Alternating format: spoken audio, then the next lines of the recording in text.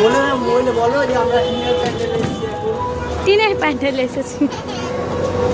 কি সুন্দর একটা টিনের প্যান্ডেল, দারুণ প্যান্ডেল, টিনের প্যান্ডেল। আমরা এখন এসেছি টিনের প্যান্ডেল, হাই কলকাতার।